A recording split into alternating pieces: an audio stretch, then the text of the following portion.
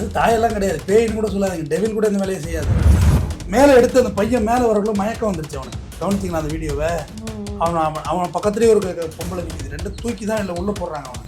இந்த விஷயம் சாதாரண புடவைக்காக குழந்தைய அந்த அளவுக்கு கொண்டு போய் எடுக்கிறது வந்து ரிஸ்க்கு. உனக்கு என்ன நாலேஜ் இருக்குது? ஒரு வேலை இப்போ இந்த பொம்பளை எவ்வளோ பெரிய ஒரு ராட்சசியாக இருப்பா, குடும்பலாக இருப்பான்னு பாருங்கள் முதல்ல. இப்போ பெண் ஹிட்லர், தந்தை வந்து குடிச்சிட்டு அட்ராசிட்டி பண்ணுறது ஒரு பக்கம் இருந்தால், தாயோட அட்ராசிட்டி வேறு லெவலில் இருக்குது. தந்தை மேலே உள்ள டிப்ரெஷனாக குழந்தை மேலே காமிக்கிறாங்க. ஐ மேன், ஸ்பைடர் மேன், கம்முட்டு காப்பாற்றுறது. எப்பா வீடியோ கண்ணு கொண்டு பார்க்க முடியல, மனம் இளையோர்கள் பார்க்காதீங்க அந்த வீடியோ. இவங்கெல்லாம் குழந்தை வளர்க்குறதே இல்லை மேடம், இவங்கெல்லாம் எதை பெற்றுடுறாங்க மேடம். பெற்றுட்டு அந்த குழந்தைங்க மேலே எல்லா வன்மத்தையும் தீர்க்குறாங்க. நான் அதை உறுதியாக சொல்கிறேன்.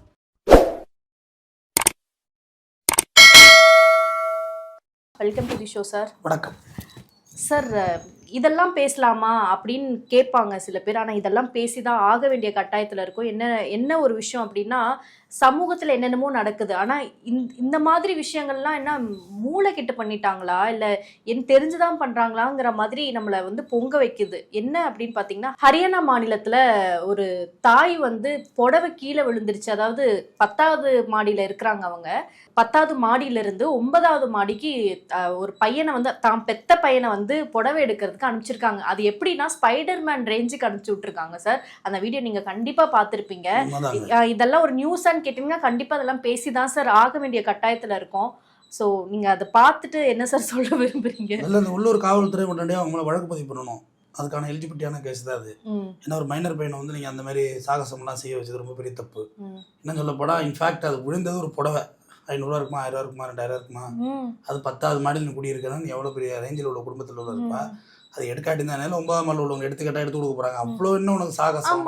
9வது பக்கத்து வீடு தான், பால்கனி இருக்குமா, வெளியில் பால்கனிலேருந்து விழுது, அதை எடுத்துக்கிட்டா எடுத்து கொடுக்க போகிறாங்க. இல்லை கீழே போய் ஆண்டி அம்மாவோட புடவை வந்துட்டு எடுத்து கொடுங்கன்னா அவ்வளவுதான். அதுதான் நம்மளுடைய குவாலிட்டியே அவ்வளவுதான். அதிகபட்சம் நம்மளாம் வந்து கடைக்கு போயிருப்போம், அது நைட் ஆகிட்டா அனுப்ப மாட்டாங்க, பாம்பு போட்டு ரோட்டில் கிடக்கும்னு. அங்காடிக்கு போயிருப்போம் அரிசி வாங்குறதுக்கு, மில்லுக்கு போயிருக்கேன், மில்லு மர மில்லு, இந்த இது நெல் அரைக்கிற மில்லு, அங்கேயுமே அந்த பெல்ட்டுக்கு பக்கத்தில் நிற்கக்கூடாதுன்னு பயங்கரமாக வீட்டை ஸ்ட்ரிக்டாக சொல்லுவாங்க. அவ்வளோதான் நம்மளோட எக்ஸ்பீரியன்ஸ் இருக்குது. அது மாட்டு மேலே ஏறிட்டு போவோம், அதோட்டு ஏறுறது இல்லைன்னா அதுவும் இல்லை. அது தாயெல்லாம் கிடையாது, பேயின்னு கூட சொல்லாதீங்க, டெவில் கூட இந்த வேலையை செய்யாது, ஏவில் கூட இந்த வேலையை செய்யவே செய்யாது. கண்டிப்பாக இறங்கும், குழந்தைய கண்டா இறங்கும் பேயும்பாங்க. ஆனால் இதுக்கு தாயே கிடையாது. இதெல்லாம் வந்து சைக்கோங்க இதெல்லாம். ஏன்னா அந்த பெட்ஷீட்டை பிடிச்சிட்டு அவங்க கை தாங்கணும், தாங்கி வழுக்கிட்டு விழுந்தா கற்பனை கூட பண்ணியிருக்க முடியாது. அப்போ அந்த குழந்தைய அது உண்மையிலே அது பெத்த குழந்தை தானா? நியூஸ் வந்து பெத்த குழந்தைன்னு ஸ்ப்ரெட் ஆகுது. இல்லை சித்திகாரியான்னு கூட தெரியல, அப்படி ஒரு தகவல் சொல்கிறாங்க எனக்கு. சித்தியா இருந்தாலும் மனுஷத்தன்மை வேணும்ல, சித்தி கொடுமையில் பண்ண வேலை சாகட்டது புள்ளன்னு தான் பண்ணாங்கிற மாதிரி ஒரு தகவல். மேலே எடுத்து அந்த பையன் மேலே வரக்குள்ள மயக்கம் வந்துருச்சு அவனுக்கு. கவனிச்சிங்களா அந்த வீடியோவை? அவன் பக்கத்துலேயே ஒரு பொம்பளை நிற்கிது, ரெண்டு தூக்கி தான் இல்லை உள்ளே போடுறாங்க அவனை. ஏன்னா ஹைட்லேருந்து அவன் பார்த்து கீழே பார்த்தா, ஹைட்லேருந்து கீழே பார்த்தா மயக்கம் தான் வரும். ஹைட்லேருந்து கீழே பார்த்துருக்கு. ஒரு வேளை இது சொன்னதை வந்து அவன் செய்யாம முடிவு, அதெல்லாம் செய்ய மாட்டேன்னு சொல்கிற வயசு அவனுக்கு இல்லை. சொல்லியிருந்தாலும் இதெல்லாம் விட்டுருக்காது. ஸோ இது வந்து ஒரு பெரிய தவறான விஷயம். இது வந்து அவங்களுடைய சைக்கோத்தனம். உள்ளூர் காவல்துறை கண்டிப்பாக வழக்கு பதிவு பண்ணணும். இல்லை, அக்கம் பக்கத்து வீட்டில் சண்டையாக இருந்தால் கூட இது வந்து ஒரு மனிதாபிமானம் தானே. இப்போ எடுத்து கொடுங்கன்னு சொன்னால் எடுத்து கொடுப்பாங்க தான். இதில் என்ன ஒரு பெரிய நோக்கம் இருக்குன்னு சொல்லிட்டு இவங்க இப்படி பண்ணாங்க. ஆமாம், எடுத்து கொடுக்க அவங்க சண்டையாக இருந்தால் கூட அசோசியேஷன் வேணா எடுத்து கொடுக்க போகிறாங்க. இதெல்லாம் பெரிய விஷயமா? அவ்வளோ ஃப்ளாட்டாக அசோசியேஷன் இருக்குது. சரிங்க சாரி வந்துட்டு எடுத்து கொடுங்கன்னா எடுத்து கொடுக்க போகிறாங்க. முதல்ல பால்கனியில் துணியே காயப்படக்கூடாது, பால்கனில் இந்த மாதிரி ஓப்பனிங்கும் வைக்கக்கூடாது. அதில் ஷர்ட்டு இது போட்டுடணும், ஷர்ட் போட்டு கிரில் போட்டுடணும். தேவைன்னா தான் ரெஸ்கியூ ஆகுள்ள தான் ஏதாவது ஃபயரிங் ஆகுதுன்னா தான் நம்மளை அது வழியாக எடுக்கணும். தீயணைப்பு துறை தான் வந்து நம்மளை வெளியே எடுக்கணும். இது என்னன்னு பார்த்தா, அன்னைக்கு ஒரு பொருளை குழந்தை விழுந்து கிடந்து பார்த்தீங்களா, சின்ன பிள்ளை, அது வீடியோ கூட இருக்கு, இணையத்தில் இன்னும் இருக்கு. காப்பாத்திரு கடைசா ஒருத்தர் போய் அழகா லாபகமாக அந்த குழந்தைய டப்புன்னு தூக்கிட்டார். அவர் தாங்க ரியல் ஹீரோ. தில்லா, நம்ம அந்த வீடியோ பார்த்தோம், தமிழில் இருக்கு அந்த வீடியோ. அது தவறுதலாக இருந்த ஆக்சிடென்ட், அந்த குழந்தை வெளியில் விழுந்தது. ஆனால் இது வந்து படு அட்டூழியம், படு அட்ராசிட்டி. இது இந்த விஷயம் ஒரு சாதாரண புடவைக்காக குழந்தைய அந்த அளவுக்கு கொண்டு போய் எடுக்கிறது வந்து ரிஸ்க்கு. உனக்கு என்ன நாலேஜ் இருக்கு? ஒரு வேலை இன்ஃபேக்ட் நீ அவன் இடுப்பில் ஒரு புடவையை கட்டி, இடுப்பில் நல்லா ஸ்ட்ராங்காக கட்டி, அதுக்கெல்லாம் பயிற்சி வேணும். முதுகுல ஒரு ஃபிளாக் போட்டு தூக்க தெரியும் சார். அதில் பார்த்தீங்களா, அதில் வயசானவங்களாம் மேலே இருந்து தூக்குறாங்க சார். அவங்களுக்கு கூட அறிவு இருந்திருக்காது. அப்போ இந்த பொம்பளை எவ்வளோ பெரிய ஒரு ராட்சசியாக இருப்பா, குடும்பலாக இருப்பான்னு பாருங்க முதல்ல. இப்போ பெண் ஹிட்லர். வயசானவங்கன்னா மாமியாராக இருக்க போது, அம்மாவாக இருக்க போது. அம்மானா சைக்கோ பெற்ற சைக்கோ, மாமியானா மாமியாரை ஒம்பளை தூச்சிருக்கே சைக்கோ. பல இடங்களில் வயதானவர்கள் ரொம்ப பரிதாபத்துக்குரிய நிலையில் வாழ்கிறாங்க. நம்ம அவங்கள வந்து இப்போ சென்னைக்கெல்லாம் அழைச்சாந்து வச்சுக்கணும், எங்கள் அம்மாவை எல்லாரும் அழைச்சாந்து வச்சேன். பட் அது தப்பான லாஜிக். அவங்களோட உலகம் இது இல்லை. அவங்க உலகம் கிராமத்தில் இருக்குது. அவங்க நாலு விட்டு போயிட்டு வந்துட்டு அப்படி அவங்களோட உலகமே வேறு. நான் அவங்களோட சிறை தண்டனைப்படுத்துகிறேன். நான் அவங்கள இன்னும் தாயை பூஜிக்கிறேன்டா பெருவழின்னு சொல்லி என் அனுபவத்தை தான் பேச முடியும். ஆனால் அது இல்லை அழகு. அவங்க கிராமத்தில் காலையில் எழுந்து அப்படி காலாட போயிட்டு வயலுக்கு போயிட்டு வந்து இருக்கணும். அதுதான் வயசானவங்க சீனியர்ஸ். நம்மளோட அக்காமடேஷனுக்காக அவங்கள கஷ்டப்படுத்துகிறோம். நம்மளோட அக்காமடேஷன் நம்ம இங்கே இருக்கணும், அதுக்கு அம்மா வேணும் அப்படிங்கிறது ரொம்ப கஷ்டமான சூழ்நிலை. கிராமத்தில் அவங்க பாட்டு காலாட அவங்க பாட்டு ஆரோக்கியமாக இருக்காங்க. எங்கள் அம்மா இங்கே விட்டு போன பிறகு அவங்க காலாட இருக்கிறாங்க. நம்ம என்ன தான் நீங்கள் ஐஃபையாக அவங்கள கவனிச்சுக்கிட்டாலும் அவங்க இருக்கிற இடத்துல தான் இருக்கணும். ஆனால் இது வந்து இந்த குழந்தையப்படுத்துறது இருக்குது பார்த்தீங்களா, இது நான் நிறைய இடங்களில் கவனிச்சிருக்கேன். நீங்கள் ஈவன் நீங்கள் பெத்த பிள்ளையாக இருந்தாலும் செஞ்சுட்டான்னு சொன்னீங்கல்ல, செஞ்சுட்டாங்கன்னு நான் சில அனுபவங்களை உங்கள்கிட்ட பகிர்ந்துக்கிறேன். அதாவது நம்ம பள்ளி பருவத்தில் காரணமே இல்லாமல் சில அம்மாக்கள் சில பிள்ளைகளை போட்டு தும்சம் பண்ணுவாங்க. பார்த்துருக்கீங்களா? துப்சம் பண்ணுவாங்க. அது எதுக்குன்னா தெரியாது. துப்சம் பண்ணுவாங்க. ஆனால் நம்ம என்னென்ன புரிஞ்சிக்க முடியாது. ஆனால் அப்போ தெரியாது நமக்கு. இந்த பசங்களும் பயங்கர ஹைப்ரிட்டாக இருப்பாங்க, அடங்காத மாதிரி. காரணம் அது இல்லை, அவங்க ஒரு பெரிய சைக்காலஜி பிரச்சனையே நடந்துக்கிட்டு இருக்கு. அவங்களாம் பார்த்தீங்கன்னா அவங்க அப்பா விட்டு போயிருப்பாங்க. அந்த தாய்க்கு கணவன் இருக்க மாட்டார். பல டிப்ரெஷன் இருக்கும், பல குழப்பங்கள், பல டிப்ரெஷன், வாழ்க்கை தோல்வி, இது எல்லாமே அவங்கள துரத்த ஆரம்பிக்கும். போராட முறை புருஷன் இல்லாமல் இருக்கிறா, புருஷன் இல்லாமல் இருக்கிறா. புருஷன் இறந்து போகிறது வேறம்மா, புருஷன் இல்லாமல் இருக்கிறதுங்கிறது வேறு. இறந்து போகிறதுங்கிறது வந்து அதை உங்களை அப்படியே டிக்ளேர் பண்ணிக்கோங்க, இறந்துட்டார் அவர். பட் புருஷன் அண்ணனாக போயிட்டாரு, இவங்களோட வாழலை அப்படிங்கிறது வந்து உங்களை அவமானமாக நினைப்பாங்க. அதுவும் குறிப்பாக சொல்ல போனால் அது உங்கள் அப்பா அம்மா வீட்டோட நீங்கள் செட்டில் ஆகிருந்து வச்சாங்க, உங்களுக்கு ஓவர் டிப்ரெஷன் ஆகிடும். இவ வேற வந்து இப்படி உட்காந்துருக்கா, இவ வேற இப்படி உட்காந்துருக்காங்கிறது வந்து ஓவர் டிப்ரெஷன். அது அப்போ அந்த டிப்ரெஷனை காட்ட முடிஞ்ச இடம் குழந்தை மட்டும்தான். யார்கிட்ட போய் காமிப்பீங்க? ஒரு பாக்கி எல்லாம் மன திருப்பி உதைப்பான். ஆனால் குழந்தை எதுவுமே இயலாதவங்கள பல வீட்டில் பார்த்துருக்கேன். குழந்தைகள் வந்து அஞ்சு நடுங்கி குள நடுங்கி வாழ்ந்துக்கிட்டு இருக்க குழந்தைகள் இன்னமும் கவனமாக பார்த்துருக்கோம். தந்தை வந்து குடிச்சிட்டு அட்ராசிட்டி பண்ணுறது ஒரு பக்கம் இருந்தால், தாயோட அட்ராசிட்டி வேறு லெவலில் இருக்குது. தந்தை மேலே உள்ள டிப்ரெஷன்லாம் குழந்தை மேலே காமிக்கிறாங்க. அப்படியே அப்பனை மாதிரி பண்ணுறான் பாரு, அப்பனை மாதிரி பண்ணுறான் பாருன்னு அவன் அப்படியே வீணாவே ஆகிடும். அம்மாக்கள் செல்லம் கொடுக்கறது இருக்குது, ஆனால் இந்த பிரச்சனையும் இருக்குதானே இந்த சொசைட்டியில். குழந்தைய காலால் ஒதுக்கிறது.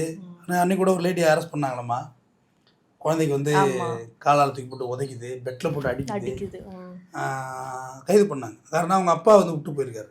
இல்லை, எப்படி எனக்கு ரொம்ப ஆச்சரியமாக இருக்குது சார். இப்போது குழந்தைகளை வந்து அது குழந்தையாக தான் நம்ம பார்க்க முடியும். அவங்களுக்கு ஒன்றுமே தெரியாதுங்கிறது தான் நம்மளுக்கு நம்ம அம்மா அப்பா சொல்லி கொடுத்துருப்பாங்க. அது எப்படி ஈஸியாக ஒரு விஷயத்த பண்ண மூளை மழுகிருச்சா இல்லை என்னன்னே தெரில, இப்படி இவ்வளோ ஈஸியாக எப்படி உன்னால் பண்ண முடியுதுன்னு தான் நான் கேட்க தோணுது. அவளாவது புடவை எடுக்கிறதுக்கு குழந்தைய விட்டா, இங்கே லெஸ்பியனுக்கு வேண்டி குழந்தைய கொண்டால கிருஷ்ணகிரி மாவட்டத்தில். அதுக்கு என்ன ஐயோ, அதெல்லாம் அவளுக்காவது ஒரு புடவை நேரேஷன் இருந்தது, பெட்ஷீட்டை கொடுத்து எதை எடுக்க சொன்னான். இந்த பைத்தியத்தை ஒப்பிடவுல அந்த பைத்தியம் எனக்கு மேலே தெரியுது. இங்கே உள்ள நம்ம ஊர் கிருஷ்ணகிரி பைத்தியத்தை ஒப்பிட உள்ள அந்த பைத்தியம் பரவாயில்ல, ஹரியானா பைத்தியம் ஓகேங்கிறது மாதிரி. ஆமாம் மேடம், நல்லா மனநல மருத்துவங்களை சேர்க்க வேண்டியவங்க, வெளில விடக்கூடாது, ஆபத்து. பெத்த குழந்தைங்கள பிரியாணி அபிராமி கொலை பண்ணாலே கள்ள காதலுக்கு, அதுக்கு என்ன சொல்கிறீங்க? எவ்வளோ இருக்கு மேடம். சார் அதில் ஜட்ஜி ஒரு வார்த்தை கேட்டாங்கல்ல, அது நீங்கள் சொல்லிகிட்டே இருப்பீங்க, இருந்தாலும் உங்கள் வாயிலேருந்து ஒரு வார்த்தை கேட்கணுன்னு ஆசையாக இருக்குது. அபிராமி வழக்கில் வந்து ஜட்ஜு, டிஸ்ட்ரிக்ட் ஜட்ஜு செம்மல் ஐயா, பேருக்கு ஏற்ற மாதிரி செம்மல், பேர்லாம் டிஃப்ரெண்ட்டாக இருக்குது பாருங்க. செம்மல் ஐயா வந்து சரி சாப்பிட்டு வந்து ஜட்ஜ்மெண்ட் கொடுப்போம், லஞ்ச் பிரேக் ஆகிடுச்சு, சாப்பிட்டு வந்துடுறேன். போனவர் மறுபடியும் வந்து சரி ரைட் இன்னும் ஒரு வேளை சாப்பிடலாம், என்ன ஆகிடும், லேட்டாக சாப்பிட்டுப்போம், ஜட்ஜ்மெண்ட் கொடுத்துட்டு போகிறேன் அப்படின்னு தண்டனை அறிவிச்சார் மேடம். லைஃப் உங்களால் தூக்கு தான் கொடுத்துருக்கணும், என்ன பண்ணுறது, லைஃபே இருக்கட்டும் அப்படின்ட்டு போயிட்டார், முடிஞ்சு போச்சு. அப்புறமா ஊகல்லேன்னு அழுது ஆர்ப்பாட்டம் பண்ணுச்சு அபிராமி. கிளிப்பெல்லாம் போட்டுருந்துச்சு, கிளிப்பு பாருங்க, இங்கே ஏற்றி இங்கே ஏற்றி வெள்ளரிக்கோல்கிட்ட கூட அவ்வளோ கிளிப் இருக்காது. எல்லாரும் பேசினாங்க அது. ஷாலு அவங்க ஜடை என்ன இவ்வளோ இதுவா ஜடை போட்டிருக்காங்கன்னு சொல்லி போட்டோன்னா அவர் செம்மல்ல இரிட்டேட் ஆகிட்டாரு. எஸ்காரை பிடிச்சி கத்துனாரு, ஏது கிளிப்பு, ஏது ஷாலு, கழுத்தை போட்டு இறுக்கிக்கிட்டா என்ன செய்வேன், உங்களை போட்டு இறுக்கிட்டா என்ன செய்வீங்க, இதெல்லாம் அலோவ் பண்ணக்கூடாது, எல்லாத்தையும் எடு ரிமூவ் பண்ணுங்க, போங்க அழிச்சு போங்க சிறைக்கு அப்படின்னு சொல்லி. ஸோ பிரியாணி வந்தது ஒரு பக்கம் இருக்கும், அண்டா வச்சு தண்டனை ஆகுதுங்கிற மாதிரி. இல்லை அவனும் சுந்தரமும் தண்டனை எல்லாம் பனிஷ்மெண்ட் எல்லாம் கன்விஷனு அப்பீல் வருவாங்க. அளவெல்லாம் ஆகாது, அது அந்த கேஸ் அலோவ் ஆகாது, அது அவ்வளோதான். அது ஆனால் அலோவ் பண்ண மாட்டாங்க. தவறான எக்ஸாம்பிள் சொசைட்டியில். இந்த இப்போ தாய் இப்போ எடுத்த விட்டார்ல, இப்போ என்ன ஆகிட போகுதுன்னா, நான் கடைக்கு தானே அனுப்புனேன், தார் கோயிலை பெட்ஷீட்டை பிடிச்சிட்டு புடவை எடுக்க சொன்னேன்னு போகிறாங்க. ஆனால் கடைக்கு தானே அனுப்புறேன், ஆனால் பெட்ஷீட்டை பிடிச்சி தலைங்கடா ஸ்பைடர் மேன் மாதிரி குதிக்காத சொன்னேன். ஐ மேன் ஸ்பைடர் மேன் கம்முட்டு காப்பாத்துறது. எப்பா வீடியோ கண்ணு கொண்டு பார்க்க முடியல. மனம் இளையோர்கள் பார்க்காதீங்க இந்த வீடியோ. சரி, இதில் அதெல்லாம் பார்க்கும்போது எனக்கு ஒரு ஞாபகம் வருது. சின்ன வயசுல எங்கள் அப்பா ரயில்வே கேட் கிட்ட போகக்கூடாதுன்னு சொல்லியிருந்தார். தெரியாம அதுக்கும் எவ்வளோ தூரம் இருக்கும் சார், தெரியாம அந்த வழியில போனதுக்கு போட்டு மொத்தி எடுத்தாரு. எதுக்கு நீ போன, கூட இருக்கவங்க எதுக்கு கூட்டு போட்டு மொத்தி எடுத்தாரு. இன்னும் அந்த சம்பவம் எனக்கு ஞாபகம் இருக்கு. பெற்றோர்கள் கவனச்சிதறல அவங்க ஆயிட்டாங்களா சார்? இல்லை, ஆக்சுவலாக இப்போ குழந்தை எதுக்கு பத்துக்கிறோன்னு யாருக்கும் தெரியல மாட்டாங்க. பாயிண்ட் அவ்வளோதான் பாயிண்ட். ஒரே நான் வேற சுற்றி வளைச்சி அதை குழந்தைன்னா யாரு அப்படின்றதையும் தெரியல. குழந்தை இல்லாதவனோட அவதித்துவத்தை என்னன்னு நீங்கள் தெரிஞ்சுக்கணும்னு பிரியப்பட்டீங்கன்னா வடபழனிலேருந்து அரும்பாக்கம் வரை உள்ள மருத்துவமனைகளை சென்று பாருங்கள். ஒரு குழந்தையின் வேல்யூவேஷன் என்னன்னு உங்களுக்கு தெரியும். நீங்கள் பாட்டை கட்டி பிடிச்சிருந்து குழந்தைய பெற்றுறது, அந்த குழந்தைய கொண்டா குப்பத்தட்டில் போடுறது என்ன லாஜிக் இது? நீ எதுக்கு பெற்றுக்கிற? ஏன் ஒரு அனாதையை உருவாக்குற? அதனால் எலிஜிபிலிட்டி இல்லை, உன் உறவு குழந்தை பெற்றுக்க தகுதி இல்லை, நீ ஏன் பெற்றுக்கிற? குழந்தைய பற்றிட்டு ஏன் நொந்துக்கிற? நீ நம்ம நினச்ச மாதிரி குழந்தை இருக்காது, குழந்தைய நொந்துக்கிற. நம்ம நினச்ச மாதிரி அம்மா அப்பா இல்லை, நம்ம விருப்பப்பட்ட மாதிரி அப்பா அம்மா இல்லை, அதுமாதிரி அவங்க மாதிரி நம்ம இருக்க மாட்டோம், நம்ம வேறு மாதிரி இருப்போம். நான் தான் விதையும் விட்டேன், நான் தான் நீரும் ஊற்றினேன், நான் தான் உரமும் விட்டேன், கன்று நன்றாக வளர்ந்தது, நான் தான் வேலையும் விட்டேன், நான் நினைத்தார் போல் மரம் இருக்கவில்லை, மரம் அது இயல்புலே இருந்தது. குழந்தைகளுக்கு அப்படி தான். நம்ம தான் பெற்றோம், நம்ம தான் வளர்த்தோம், நம்ம தான் படிக்க வச்சோம், எல்லாம் நம்ம தான். ஆனால் நாம் நினைத்தது போல் குழந்தை இருக்காது. அதோட இயல்பில் தான் அவன் இருப்பான். அதோட அவங்களுக்கும் சுபாவம் இருக்குல்ல, அது இயல்பில் தான் அவங்க இருப்பாங்க. 180 பைக் கொடுக்குறது ஒரு ஹீரோயிசமாக தெரிஞ்சிருக்கும், ஓட்டுறதுக்கும் சரி கொடுத்ததுக்கும் சரி. ஆனால் அதெல்லாம் நான் ஒரு குறிப்பிட்ட வயசுக்கு மேலே தான் தவறான முடிவு, டிசிஷனே தப்புன்னு நான் முடிவெடுத்தேன். இல்லை, அது எனக்கு புரியறதுக்கு கொஞ்சம் காலம் எடுத்துச்சு. கரெக்ட். வீட்டில் கொடுக்க மாட்டாங்க சாவி, நம்ம தெரியாமல் எடுத்து போட்டு ஸ்டார்ட் பண்ணி செட்டியோ சுட்டி மாதிரி பிரிச்சுட்டு ஓடுறது, பைக் எடுத்து ஓடுறது. ஜாவாலாம் சின்ன வயசில் ஓட்டுவான். SD 250 கிளாசிக் இருந்து எங்கள் வீட்டில் வெளுத்து தள்ளியிருக்கணும்ல வீட்டில். பட்டவா பைக் எடுப்பு எடுந்து வீட்டுக்கு தெரியும் நம்ம பைக் ஓட்டுறது. ஆனால் பட் அது தவறு, அது நான் அது உடன்படவே முடியாதுன்னு சொல்ல வரேன். நான் என்ன ரியலைஸ் பண்ணுறேன், தன்னாவே பண்ணிக்கிறேன். அப்புறம் டிராக்டர் ஓட்டுவேன் சின்ன வயசுலேயே, ரொம்ப சின்ன வயசுலேயே நான் வாகனங்கள் ஓட்டுவேன், சால்ட்டாக ஓட்டுவேன்னு வச்சிங்களேன். பட் எனக்கு கிளிக்காக இருக்கும், எல்லாரும் கிளிக் ஆகாது. டிராக்டர் எடுத்துகிட்டு ஓட்டுவேன். பெருமையாக சொல்லக்கூடாதுன்னு தான் சொல்கிறோம். இது பெருமை இல்லைன்னு சொல்ல வரேன். நான் இதை பெருமையாக சொல்லவே இல்லை, நான் இதை தவறு, லாஜிக்கலி தப்பு. டிராக்டர் ஓட்டுவேன், அதுக்கு போய் அளத்தில் நிற்பேன். எங்கள் தக்கா அந்த டிராக்டர் வர 10 வாட்டி பார்த்த பிறகு ஒரு கடைக்கன் பார்வைன்னு ஒரு சின்ன 10 எப்படி கொடுப்பாங்க வண்டி, அப்படி தான் ஓட்டினேன். அதெல்லாம் தவறு தான், நான் இல்லைன்னு சொல்லலை. எங்கள் வீட்டிலே ஓட்டுவேன். லாரி மண்ணை இருக்க எடுத்து லாரி ஓட்டுவேன், கூடாங்க லாரின்னு. அது ஒரு மாதிரி குற்றாலீஸ்வரன் கடல் நீந்தின மாதிரி நீந்திட்டுன்னு வச்சுங்க. குற்றாலீஸ்வரன் நீந்தினார்ல 8 வயசுல, இங்கிலீஷ் கால்வாய் நீந்தினார்ல, சின்ன வயசுல நீந்தினார், அவங்க பாடப்புத்தகம்லாம் இருந்துச்சு. ஆனால் அது அவருக்கு பக்கத்தில் சேஃப்டி போட்டெல்லாம் வந்திருக்கும், அவருக்கு பாதுகாப்பு இருக்கும். நீந்த முடியலன்னா போட்டை பிடிச்சிக்கலாம், கொஞ்சம் தெரியும் தானே அந்த இதெல்லாம். அவங்களுக்கு பக்கத்துலேயே போட்டு ஷிப் வரும், பெரிய ஷிப் இருக்கும், சின்ன ஷிப் இருக்கும். முடியலைன்னா நீங்கள் ஏறிக்கலாம், ஒன்றும் உங்களை யாரும் ஒன்றும் சொல்ல மாட்டாங்க, டிக்ளேர் பண்ணிக்கலாம். அதோட உங்களுக்கு வம்படியால் நீந்த விட மாட்டாங்க. ஸோ அதெல்லாம் வீரதீர செயல்கள் இல்லை. நம்ம குழந்தைகளை வச்சு செய்கிறதுலாம் வீரதீர செயல் இல்லை. நம்ம குழந்தைகளை வச்சு என்ன பல்லாங்குழி விளையாடலாம், செஸ் போர்டு விளையாடலாம், கேரம் போர்டு விளையாடலாம், நோவாத விளையாட்டு. பிரெயின் கேம் தான் விளையாடணும் குழந்தையோட. நீங்கள் போயிட்டு அவங்களை ஃபிசிக்கல் கேம்னா கிரவுண்டில் அடிச்சு கொண்டு ப்ராப்பர் ட்ரைனர் கொடுத்து விளையாடணும். நீங்களாவே 10 ரவுண்டு சுற்று, 20 ரவுண்டு, 30 ரவுண்டா குழந்தைக்கு ஹார்ட் அட்டாக் வந்துடாதா, நெஞ்சு வடி செத்து போடுங்கள. அது ட்ரைனருக்கு அது முறையான ஓய்வு கொடுத்து சாப்பாடு கொடுத்து செய்யணும். இவங்கெல்லாம் குழந்தை வளர்க்குறதே இல்லை மேடம். இவங்கெல்லாம் ஏதோ பெற்றுடுறாங்க மேடம். பெற்றுட்டு அந்த குழந்தை மேலே எல்லா வன்மத்தையும் தீர்க்குறாங்க. நான் அதை உறுதியாக சொல்கிறேன். ப்ரிப்பேர்டாக குழந்தைகளை பெக்கிறது இல்லை. பிறந்து செஞ்சுட்டு டேட்டு தள்ளி போகணும், மாத்திரையெல்லாம் போட்டேன், சனியாக அப்பயும் பிறந்துட்டான் அப்படின்னா அது எப்படி அந்த குழந்தை மேலே பாசம் இருக்கும்?